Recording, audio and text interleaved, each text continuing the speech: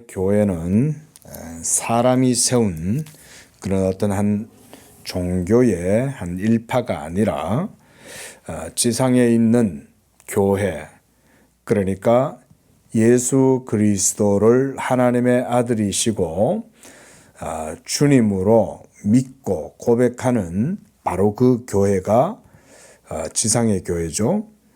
이 지상의 교회는 특별한 권세를 가지고 있습니다.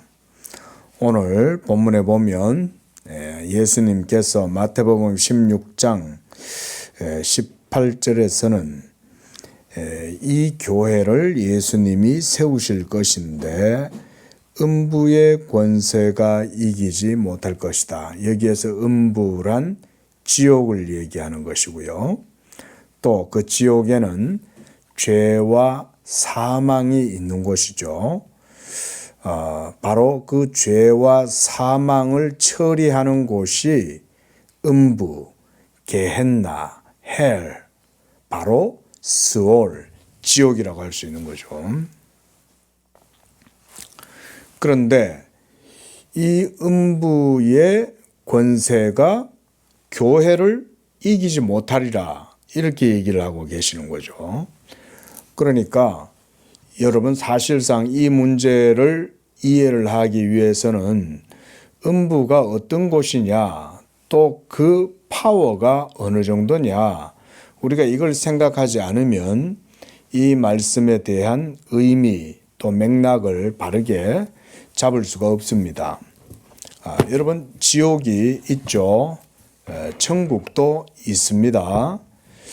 그런데 사람들은 이 지옥의 어떤 존재, 또 천국의 존재, 이것에 대해서 있느냐 없느냐 뭐 이런 식으로들 많이들 생각하지만, 사실 그거보다 조금 더 깊이 있게 들어가 보면 이미 사람의 마음 속에는 벌써 이 지옥에 대한 개념이 사실상 있습니다. 사람들 속에. 뭐 꼭 기독교만이 아니라도, 그래서 보편적으로 모든 사람의 양심 속에 양심의 법이 있고, 또 그 양심의 법을 따라서 사람들이 죄를 지으면 그 죄값을 반드시 치르게 될 것이다 라고 하는 개념이 만국, 만인들 공통으로 사실 다 있죠. 그러면 바로 그 죄와 그다음 그 죄에 대한 사망의 형벌, 이것이 이루어지는 곳이 어디입니까? 바로 음부죠. 지옥이죠. 게헨나. 그러니까 이 말씀을 우리가 조금 더 직접적이고 좀 더 우리가 이해하기 쉽도록 표현해 보면, 내가 이 반석 위에 내 교회를 세우리니 음부의 권세가 이기지 못한다. 지옥이 교회에 주어진 그 권세를 정복하거나 사로잡지 못한다, 이런 말인 거죠. 왜 그럴까요? 예수님이 자기의 십자가의 사역을 통해서 이 지옥의 모든 사망과 죄와 저주, 형벌, 이것을 완전히 깨뜨리고 그리스도께서 사흘 만에 부활하심으로써 사망의 모든 것, 이것을 이기셨기 때문에 그런 거죠. 그리고 바로 그 예수 그리스도에 대한 믿음 위에 이 교회가 서 있다, 그렇게 말씀하고 있습니다. 그래서 18절에 보면 베드로라, 내가 이 반석 위에 라고 얘기했을 때 이 반석은 베드로를 얘기하는 게 아닙니다. 그게 아니라 여기에서 베드로를 반석이다 라고 이렇게 얘기하실 때는 뭐냐면, 이 반석이란 예수 그리스도께 대한 신앙의 고백, 믿음의 반석, 그거 얘기하는 거예요. 별로 어렵거나 복잡한 내용이 여기에 없어요. 이걸 가지고 로마 교회가 과거 정말 잘못 해석해서 베드로의 수위권, 그래서 교황은 베드로의 후계자다 이러면서 교회의 머리는 베드로 다음으로 교황이다. 이런 식의 얼렁뚱땅한 그런 해석을 지금도 주장하고 있잖아요. 여러분 그렇지 않습니다. 영적인 것, 진리에 대한 것은 성경적으로 바르게 이해해야 돼요. 그저 여 갖다 뚝딱 저 갖다 뚝딱 붙여가지고 자기들 편한 대로 그냥 성경하고도 하나도 안 맞으면서도 마치 그것이 그럴듯한 것인 양 그런 식으로 하는 건 사기꾼이나 마귀나 하는 짓이 다 똑같은 거예요. 그러면 안 돼요. 진리잖아요. 진리는 사람의 영혼과 생명에 대한 문제잖아요. 지옥에 가느냐, 지금 여기도 음부 얘기하고 있잖아요. 지옥에 가느냐, 천국에 가느냐의 문제가 진리의 문제인데, 교황도 다 죄 가운데 나와가지고는 자기는 죄가 없고 무엄하고, 자기가 교회의 머리다. 누가 교회의 머리라는 거예요? 교회의 머리는 기독교의 머리가 되시는 예수 그리스도 외에는 없죠. 한 페이지만 넘기면 빤한 내용을 그렇게 그냥 아닌 것처럼 그렇게 하면 안 됩니다. 자, 그러니까 이 반석이란 무슨 반석이냐면 예수 그리스도께 대한 믿음의 고백, 그 믿음의 반석을 얘기하는 거예요. 그리고 그 믿음의 반석은 교회를 세우는 기초가 되고, 그리고 그 교회와 그 믿음의 고백은 절대로 지옥이 극복하고 이길 수 없다. 그런 얘기죠. 제가 아주 간단하게 말씀드린 거예요. 지옥이 얼마나 대단합니까? 사람들이 죽으면 어떻게 해요? 그 지옥의 권세를 벗어날 수 있겠습니까? 우리가 공포영화 같은 거 보면 막 그런 거 있잖아요. 지옥의 아가미가 막 열리면서 죄인들이 그걸로 막 빨려 들어가는데 소리 지르면서 빨려 들어가는 그런 3D 영상 같은 거 있잖아요.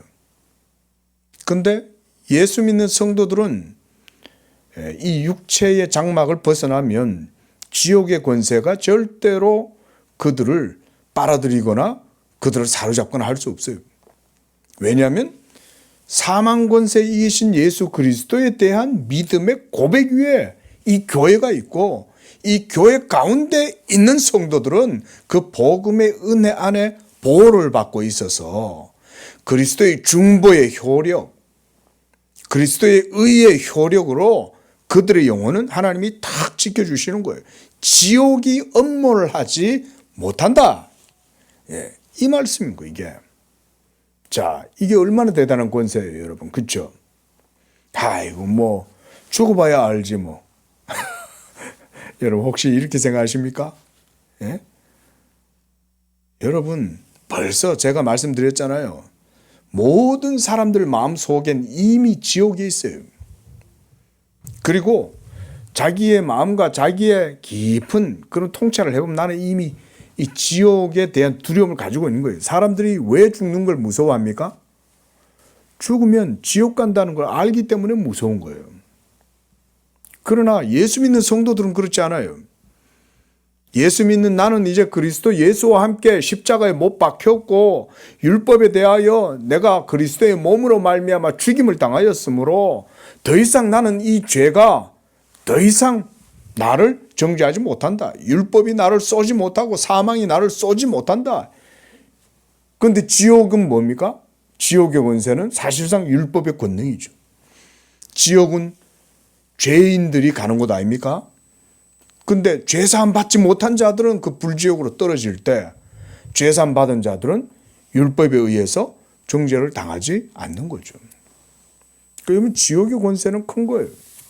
근데 교회가, 지상의 교회가 이 지옥의 권세를 이기고 이제 이 지상에 공식적이고 합법적으로 공적으로 복음의 사역을 수행하고 있다. 제가 지난주 설교에서 예루살렘 총회의 결정이다 이런 말씀을 전하면서 제가 거기서 한 가지 강조드린 게 있죠. 제가 상당히 많이 강조를 드렸죠. 그게 뭐냐면 지상의 교회는 이제 진리를 공적으로 전하고 다루는 기구예요. 여러분 이런 개념 제가 볼 땐 교회 안에서도 별로 없는 것 같아요.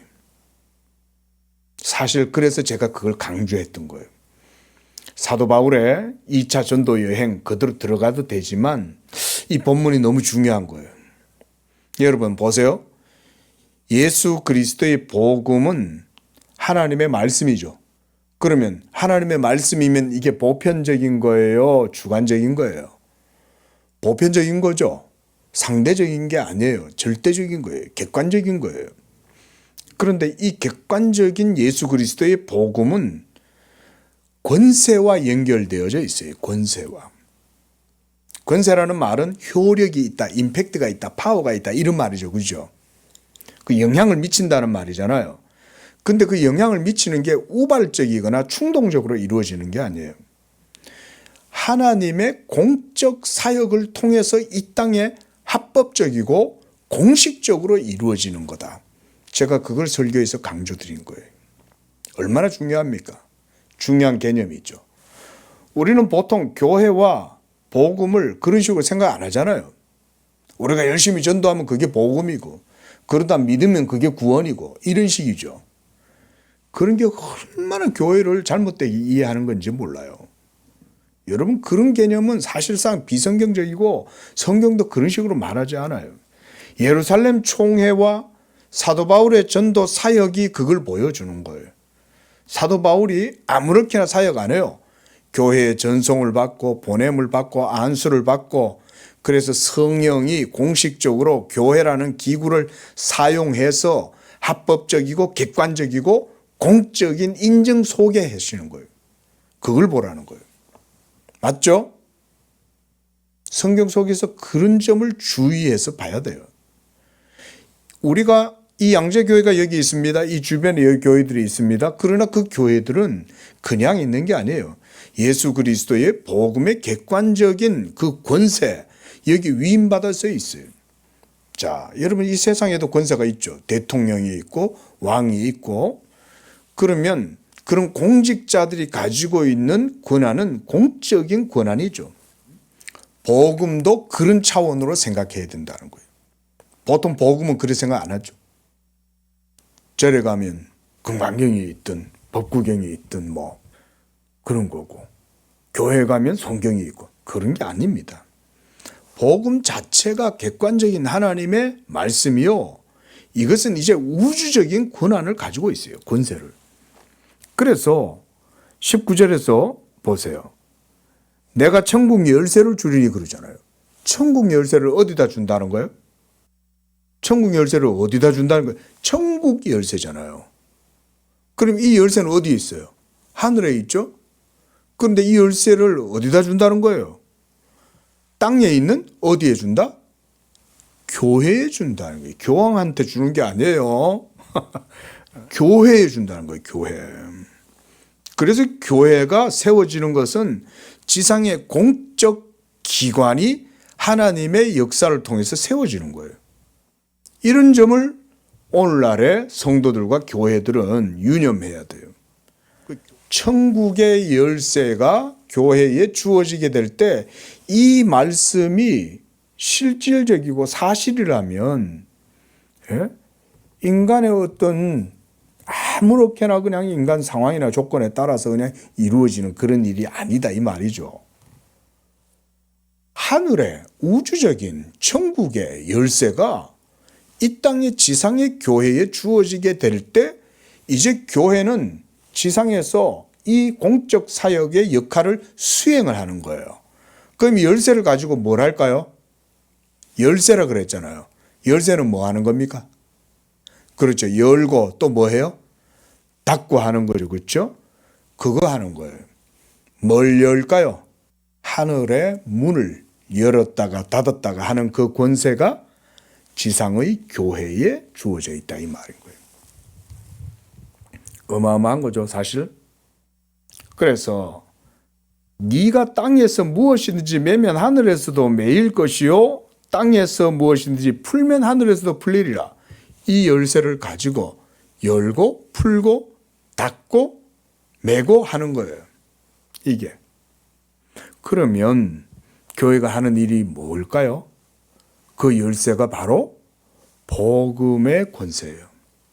교회는 지상에서 하나님의 말씀의 공적 사역을 수행하는 거예요.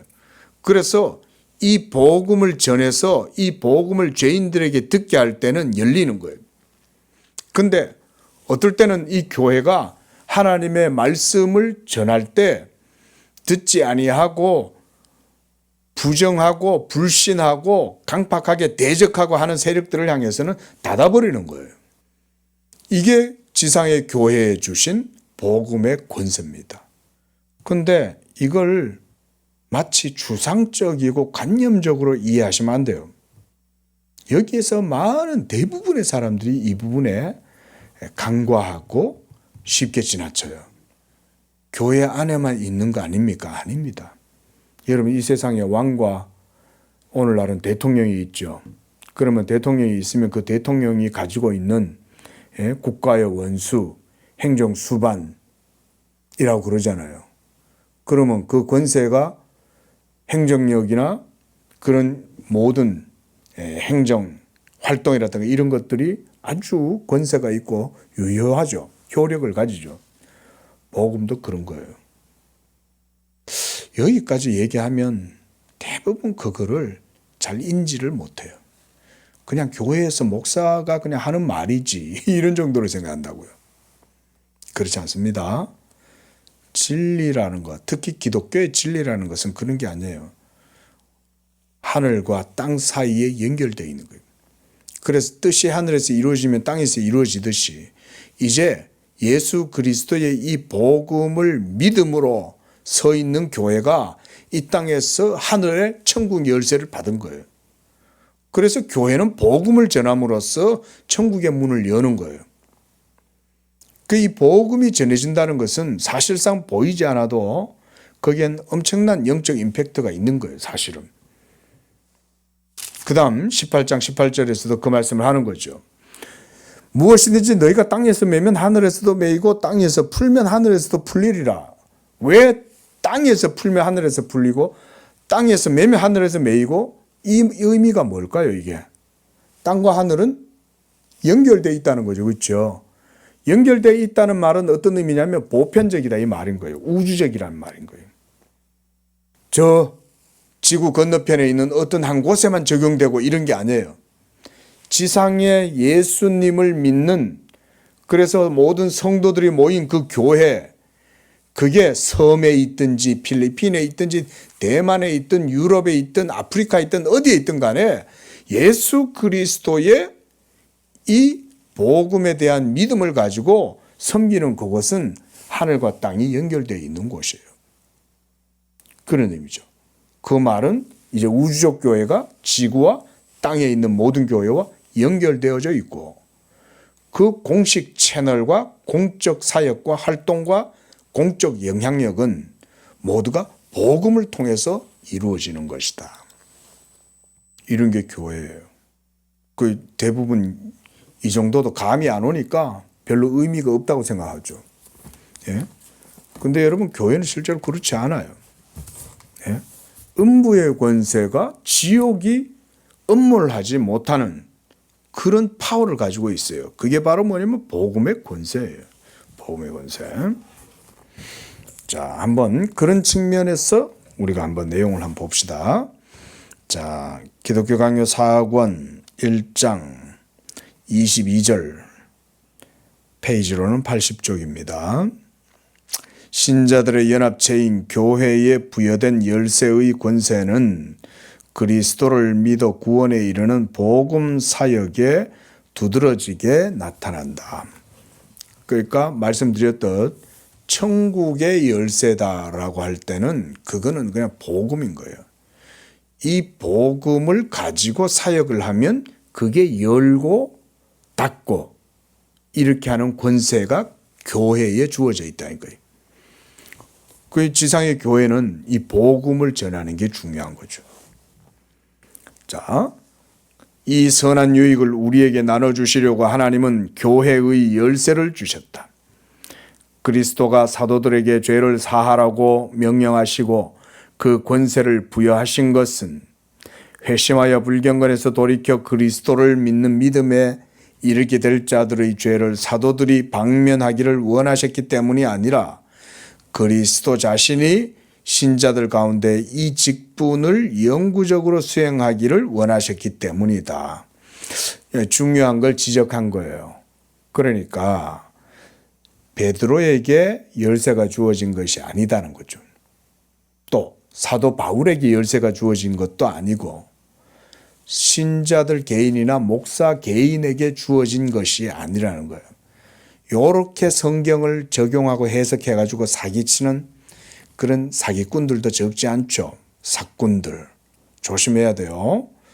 여러분, 여기서 칼빈이 아주 날카롭게 지적하고 있는 거예요. 그리스도 자신이 신자들 가운데서 이 직분을 영구적으로 수행하신다. 여기서 신자들 가운데는 어디를 얘기하는 거예요? 바로 교회죠. 신자들의 모임이 교회잖아요. 그들 속에서 그리스도가 이 복음의 권세를 사용하신다는 거죠. 그리스도께서. 바울은 교회의 사역자들은 화목의 임무를 맡았으므로 회중이 그리스도의 이름 안에서 하나님과 화목하도록 반복해서 권고하여야 한다고 기록하면서 이를 가르친다. 그러므로 성도들의 교제 가운데서 우리의 죄는 교회 자체의 사역에 의해서 꾸준히 사해진다.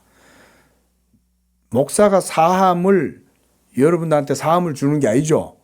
목사는 뭐라는 겁니까? 그냥 예수 그리스도의 죄사함의 복음을 선포하는 거죠. 그때 교회의 그 권세를 통해서 성도들이 그 복음을 듣고 믿고 죄사함의 해결을 하고 그렇게 해서 죄사함을 받는 거죠. 지옥에 가지 않고 죄사함을 줄 수 있다는 건 얼마나 대단합니까? 자, 이 직무가 맡겨진 장로들이나 감독들은 복음적 약속들로서 경건한 양심들이 은총과 사함의 소망 가운데 있음을 확정하는 것. 감독들이 죄를 사해 주는 게 아니죠. 지금 잘 보셔야 돼요. 자, 그들은 필요에 따라 이를 공적으로나 사적으로 모두 행한다. 사적으로 이런 얘기도 있지만은 목양이다 이렇게 생각하시면 됩니다. 목양. 바울은 자기가 일반적인 설교에서나 각 가정을 통해 그리스도를 믿은 자기의 믿음을 입증하였고 구원의 교리에 대해 각자에게 따로 공고했다고 전한다. 여기서 우리는 세 가지를 주목해야 한다. 첫째, 하나님의 자녀들이 거룩함에 있어 아무리 뛰어나더라도 그들이 여전히 죽을 인생의 몸에 머물러 있는 이상 죄사함이 없이는 하나님 앞에 계속 설 수 없다. 둘째, 이 은혜로운 혜택은 그러니까 죄사함입니다. 은혜로운 혜택은 교회의 고유한 권한이기 때문에 교회의 교제에 계속 머물지 않고서는 이 죄사함의 은혜는 누릴 수 없다는 거예요. 그러니까 현장의 오프라인의 교회를 다닌다는 건 굉장히 중요한 거죠.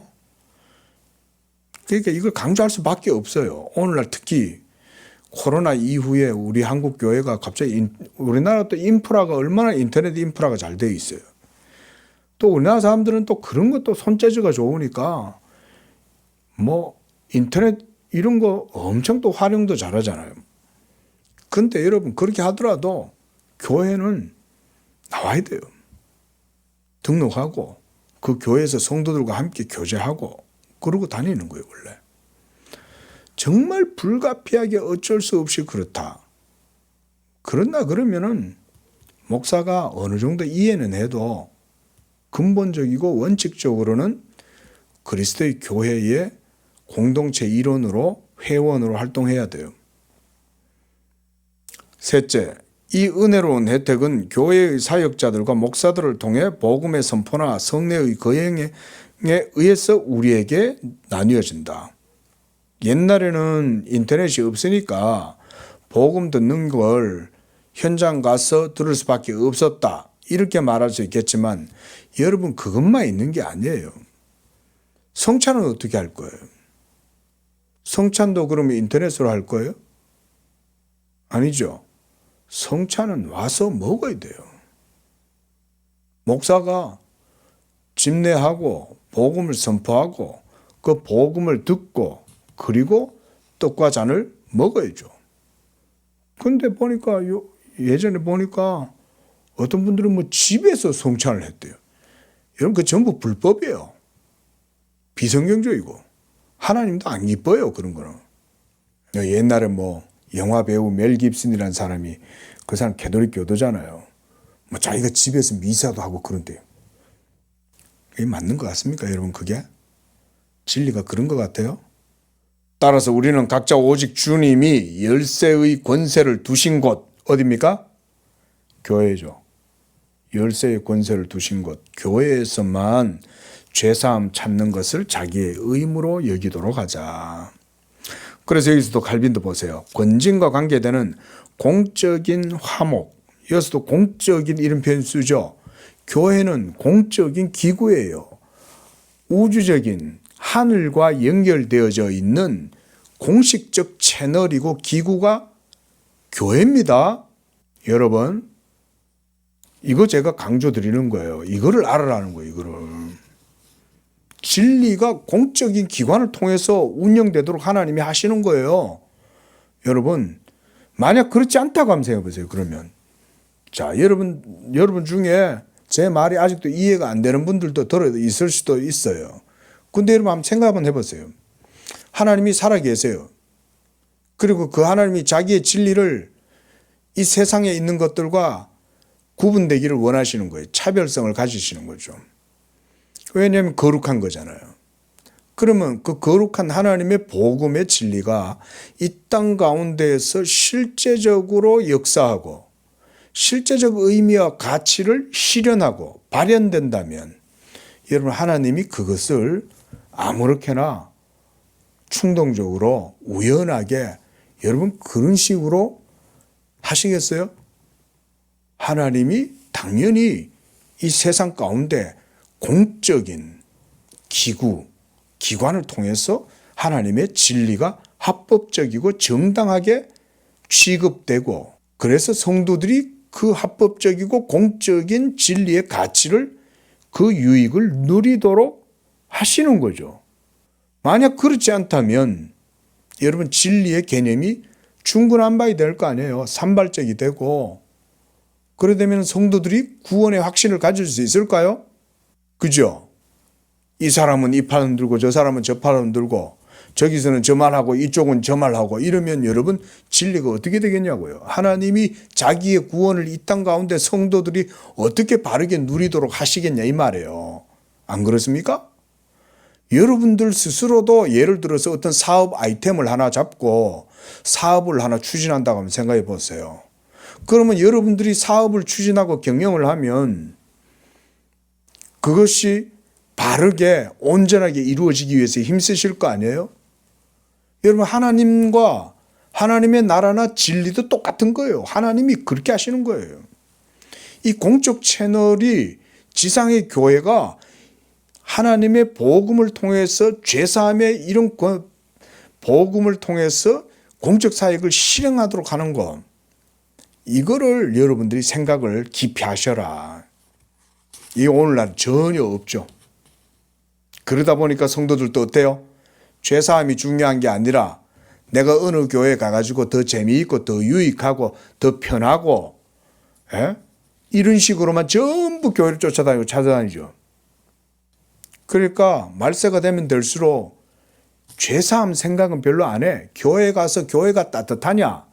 나한테 얼마나 유익이 되냐? 나하고 얼마나 맞냐? 이런 거에 포커스를 두지 죄사함의 은혜를 생각하고 이렇게 하냐고요. 교회들이. 신도들이. 내 죄 때문에 이 죄를 어떻게든 덜어내고 저 지옥의 두려움에서 내가 벗어나서 사망의 두려움에서 내가 자유함을 얻고 하나님께로부터 오는 영적 자유와 영적 위로와 평안과 안식과 구원의 확신을 누리면서 이 땅에서도 그리스도 안에서의 평화를 맛보기를 원하고 이래서 교회를 찾는 사람들이 있어요? 교회는 기본적으로 죄를 사해 주는 곳이잖아요. 어떻게? 복음을 전함으로. 근데 교회도 복음도 전하지도 않고 목사들도 복음 전하는 데는 관심도 없고 온통 성도들 재미있게 해가지고 성도들 끌어모아가지고 뭐 자기가 뭐 얼마 대단한 목회가 뭐 어떡하겠다는 거예요. 아골골짝 빈들에도 복음 들고 간다 그래놓고는 젊을 때는 나이 들어가지고는 그냥 성도들 끌어모으는 데만 현황이 돼가지고 복음 전하는 건 아무 상관도 없고, 그러니까 정말 영혼의 죄에 대해서 짓눌려가지고 그 죄짐을 벗기를 원하는 사람들만 복음을 찾는 거예요. 전하지도 않고 듣지도 않는 거예요, 현대가. 그래놓고는 뭐 또 말들이 많아요, 보면. 여러분, 죽느냐 사느냐 문제지. 예수 믿고 안 믿고 그거 죽느냐 사느냐 문제 아니에요? 이게 가장 핵심 아닙니까? 그래 따지면. 천국 가냐 지옥 가냐 이 문제지, 교회는. 근데 교회를 피하면 교회는 지옥이 엄몰하지 못하잖아요. 왜냐하면 교회에는 죄사함이, 예수 그리스도의 이 십자가의 복음이, 죄사함이 복음이 있기 때문에 지옥이 교회를 흔들지 못하는 거죠.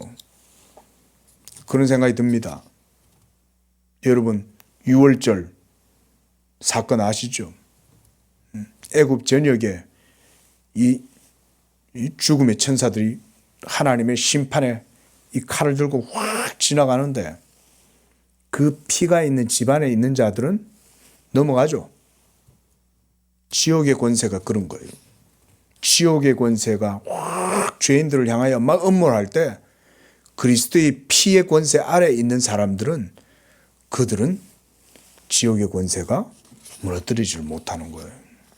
23절, 신자들은 하나님의 약속에 의지해서 자기들이 계속적인 죄에 대한 계속적 사함을 위하여 하나님께 간구해야 한다. 요새 그렇잖아요. 우리가 현대에 이런 21세기적 이런 사고방식에 물들어 있다 보니까 여러분, 죄사함이란 말이 생소하지 않아요? 혹시? 그죠? 저한테도 그렇게 들려요.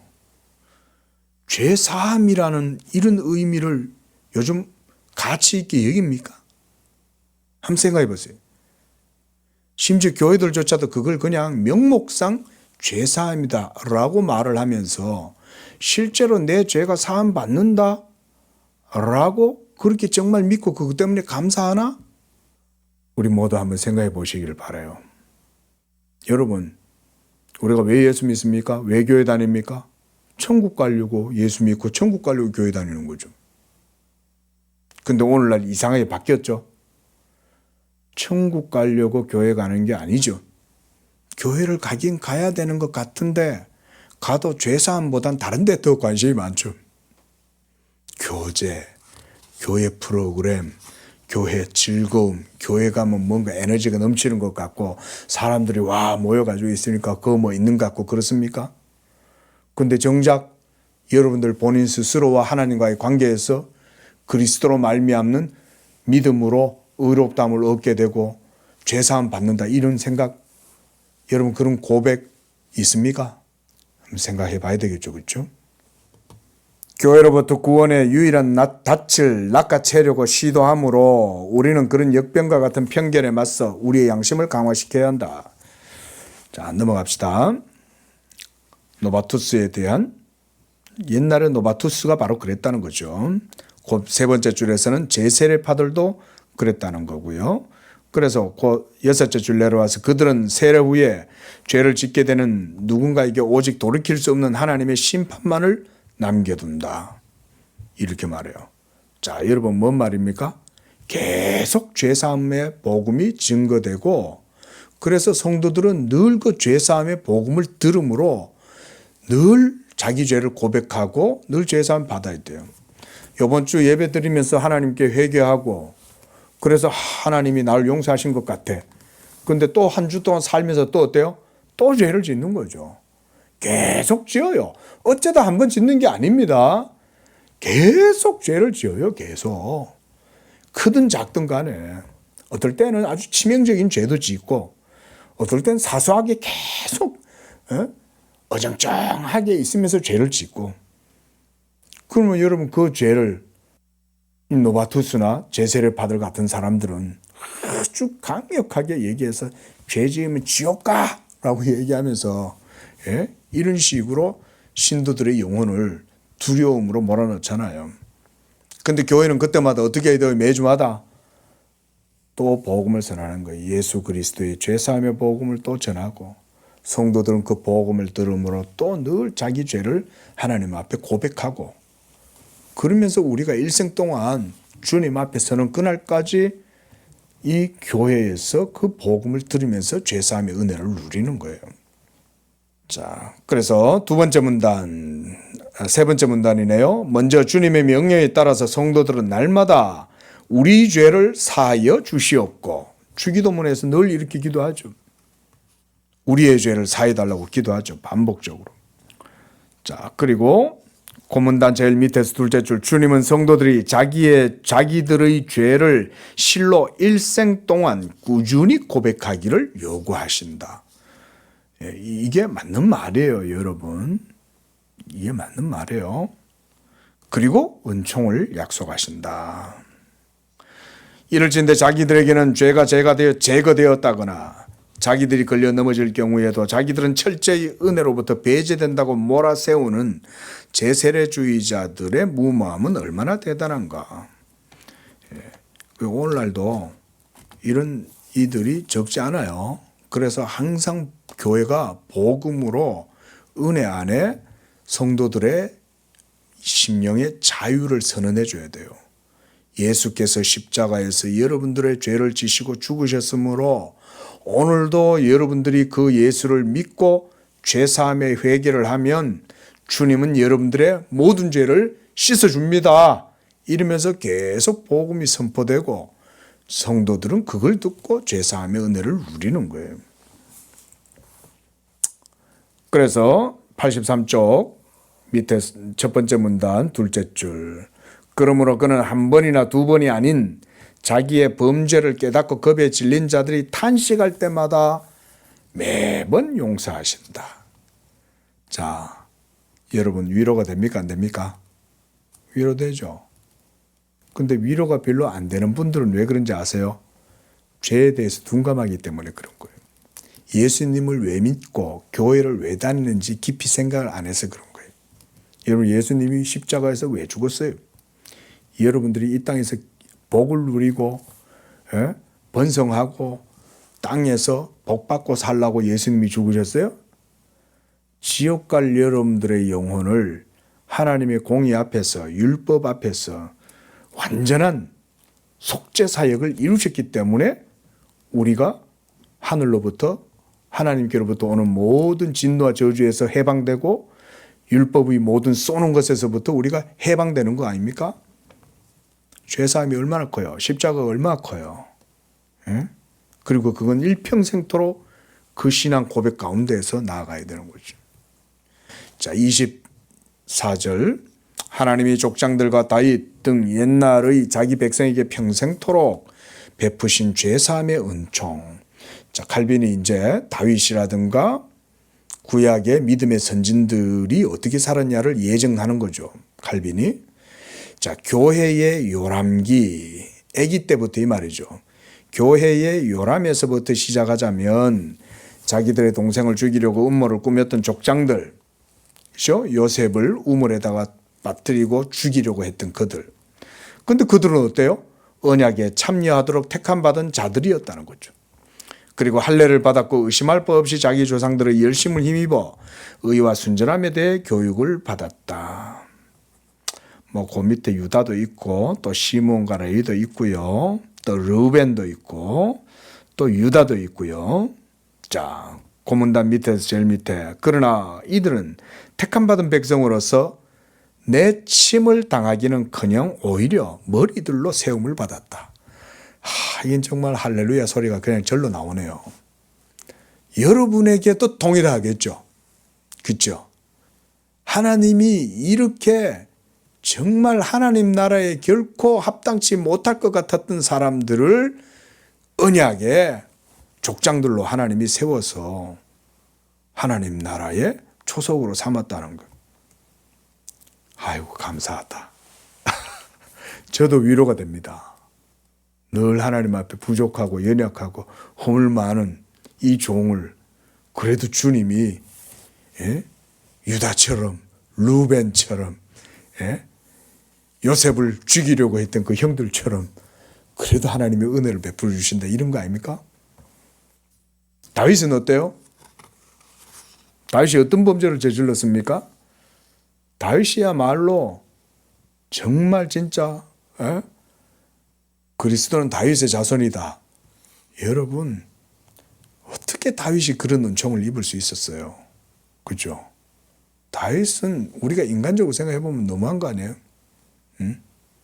더군다나 왕으로서 특정 범죄 그뿐 아니죠. 살인 교사까지 하고 아주 계획적으로.